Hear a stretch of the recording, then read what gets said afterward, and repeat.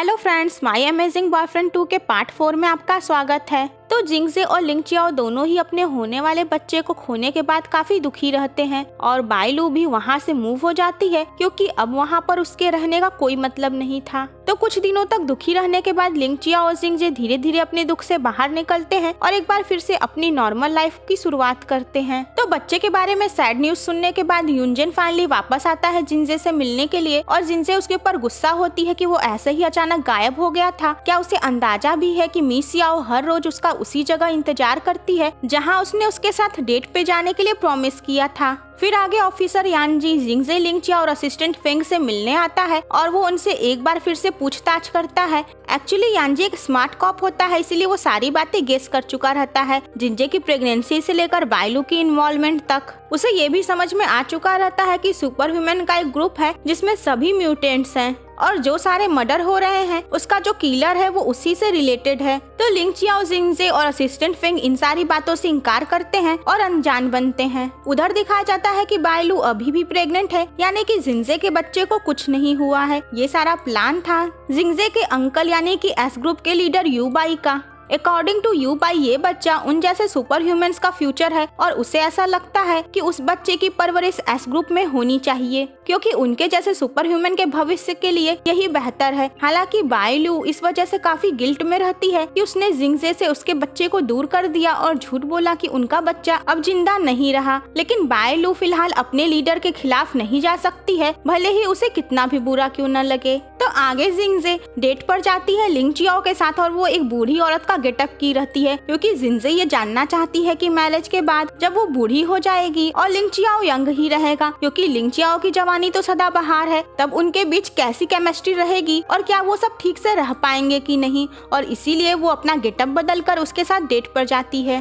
तो लिंगचियाओ इसका भी एक सोल्यूशन निकालता है क्योंकि नेक्स्ट डेट पे वो एक बूढ़े आदमी का गेटअप बनाकर उसके साथ जाता है। इधर यूनजेन मिसियाओ से मिलने जाता है जहां वो उसका हर रोज इंतजार करती है क्योंकि यूनजेन को ये बात पता चल चुकी रहती है कि मिसियाओ के साथ उसका पुराना कनेक्शन है, क्योंकि मिसियाओ तो उसे बचपन से जानती है। सालों पहले यूनजेन ने मिसियाओ की जान बचाई थी और तभी से मिसियाओ यूनजेन को लाइक करती है, मतलब बचपन का प्यार है मिसियाओ के लिए। तो यूनजेन जैसे ही मिसियाओ की तरफ अप्रोच करने जाता है वहाँ पर यूबाई आ जाता है और उसके बाद वो यूनजेन की पिटाई करके उसे अपने साथ ले जाता है क्योंकि यूबाई नहीं चाहता है कि पुलिस यूनजेन तक पहुंचे और उनके सुपर ह्यूमन होने की सच्चाई दुनिया के सामने आ सके। तो वो एस ग्रुप वाले यूनजेन को सालों के लिए टपकाने वाले रहते हैं। तो यूनजेन कहता है कि वो लास्ट टाइम मिसियाओ से बात करना चाहता है। तो वो मिसियाओ से कहता है कि अब वो उसका इंतजार और न करे और वो अपनी दादी माँ के पास चली जाए। ये सुनकर मिसियाओ ये समझ जाती है कि यूनजेन की जान खतरे में है और उसके बाद वो हेल्प के लिए जाती है जिंगजे और लिंगचियाओ के पास। तो मिसियाओ उन्हें बताती है कि उसे पता है कि यूनजेन एक सुपर ह्यूमन है और लिंगचियाओ भी। और फिर जिंगजे को लिंगचियाओ से पता चलता है कि एस ग्रुप वाले ही यूनजेन को पकड़ के रखे होंगे और एस ग्रुप का लीडर कोई और नहीं बल्कि उसके अंकल यूबाई ही है। और उसके बाद जिंगजे और लिंगचियाओ जाकर उसके अंकल यूबाई से मिलते हैं और कहते हैं कि वो यूनजेन को छोड़ दे। तो यूबाई मान जाता है और यूनजेन को जाने देता है, जिसके बाद वो दोनों यूनजेन को लेकर वापस घर आते हैं। तो आगे आखिर लिंगचियाओ पुलिस ऑफिसर यानजी से इस बारे में बातें करता है और उससे ये बात क्लियर करता है कि यूनजेन ने उस लड़की का मर्डर नहीं किया था और इन सब के पीछे किसी दूसरे मर्डरर का हाथ है। लिंगचियाओ इस इन्वेस्टिगेशन में यानजी की हेल्प करता है और साथ ही लिंगचियाओ भी उस मर्डरर के बारे में पता लगाने की कोशिश करता है। इस मामले में वो बाइलू से भी कांटेक्ट करता है। उधर बाइलू को हमेशा ये गिल्ट होता है कि वो अभी भी जिंगजे और लिंगचियाओ के बच्चे की माँ है और उनका बच्चा सही सलामत है, लेकिन वो बात ये जिंगजे और लिंगचियाओ से छुपा रही है।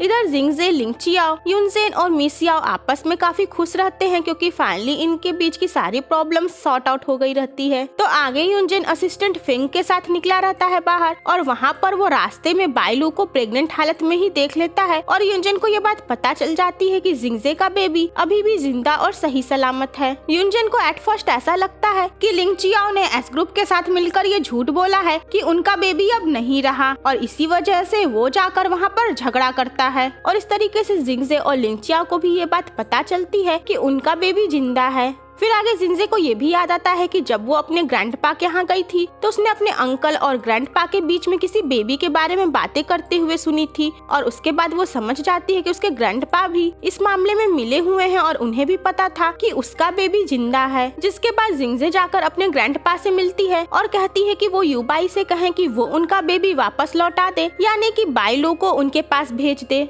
बट उसके ग्रैंडपा अपनी बेबसी दिखाते हैं और कहते हैं कि वो यूबाई को ऐसा करने के लिए कन्विंस नहीं कर पाएंगे। इधर यूबाई को भी पता चल जाता है कि जिंजे और लिंगचियाओ को इस बारे में पता चल चुका है, और उसके बाद वो बाइलू को हमेशा के लिए कंट्री से बाहर लेकर जाता है। और इधर जिंजे और लिंगचियाओ भी जब बाइलू के बारे में काफी पता लगाते हैं तो उन्हें भी ये बात पता चलती है और वो सब भी एयरपोर्ट पहुँचते हैं बाइलू को वहाँ से ले जाने से रोकने के लिए। तो यूबाई बाइलू को वहाँ से ले जाता है। बाइलू जाना तो नहीं चाहती है बट उसे मजबूरी में जाना पड़ता है। तो यहाँ पर यूबाई धोखा खा जाता है क्योंकि तभी कोई और बाइलू को एयरपोर्ट से लेकर गायब हो जाता है। जिंजे और लिंगचियाओ यूबाई तक पहुँच जाते हैं और उससे बाइलू के बारे में पूछते हैं। तो उसके बाद उसके अंकल बताते हैं कि बाइलू अचानक कहीं गायब हो गई, और उसके बाद जिंजे और लिंगचियाओ दोनों ही काफी परेशान होते हैं कि आखिर बाइलू को एयरपोर्ट से कौन उठा ले गया। तो फ्रेंड्स, बाइलू को एयरपोर्ट से उठाकर लेकर गया रहता है वही मर्डरर, और वो रहता है डॉक्टर ई हेंग।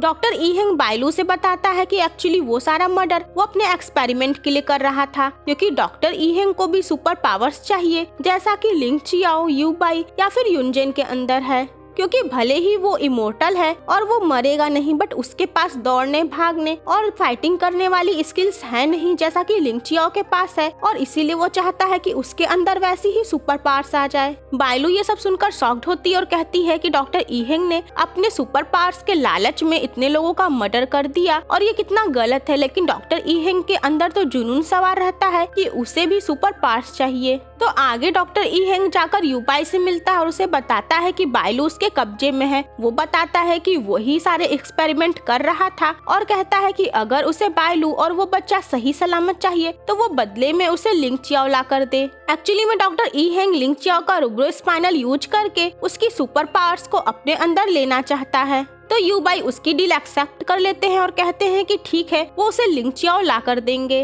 बट यूबाई युनजेन से मिलते हैं और उसको बलि का बकरा बनाते हैं। वो बताते हैं कि बाइलू और बेबी की सेफ्टी के लिए युनजेन को सैक्रिफाइस करना होगा। तो युनजेन बेबी की सेफ्टी के लिए सैक्रिफाइस करने के लिए तैयार हो जाता है। हालांकि उसको ये बात पता रहती है कि वो अपनी जिंदगी से हाथ धो बैठेगा। यूबाई उससे फेक प्रॉमिस करता है कि वो हर हाल में युनजेन को बचा लेगा, बट युनजेन तो जानता ही है कि इसमें कितना खतरा है और वो उस खतरे को उठाने के लिए तैयार रहता है। यूबाई युनजेन की बॉडी लेकर डॉक्टर ई हेंग के पास जाता है और बदले में डॉक्टर ई हेंग उसे बाइलू का पता देता है। डॉक्टर ई हेंग को ऐसा लगता है कि ये बॉडी लिंगचियाओ की है। इधर जिंगजे, लिंगचियाओ और असिस्टेंट फेंग को यूबाई का युनजेन के लिए भेजा हुआ वो नोट मिलता है जिसमें लिखा रहता है कि अगर तुम बाइलू और बेबी की सेफ्टी चाहते हो तो मुझसे आकर मिलो। जिसके बाद वो समझ जाते हैं कि युनजेन ने उसके अंकल यूबाई से कोई डील की है। फिर आगे जिंगजे को यूबाई युनजेन का लोकेशन भेजते हैं ताकि लिंगचियाओ युनजेन को बचाने चला जाए। तो जिंगजे, लिंगचियाओ और असिस्टेंट फेंग उस लोकेशन के सहारे युनजेन तक पहुंचने की कोशिश करते हैं उसकी जान बचाने के लिए। बट रास्ते में ही डॉक्टर ई हेंग अपनी गाड़ी में लगा हुआ ट्रैकर देख लेता है और उसे निकालकर फेंक देता है। जिसके बाद लिंगचियाओ पुलिस ऑफिसर यानजी की हेल्प से फाइनली उस जगह पहुंचता है जहां पर युनजेन रहता है।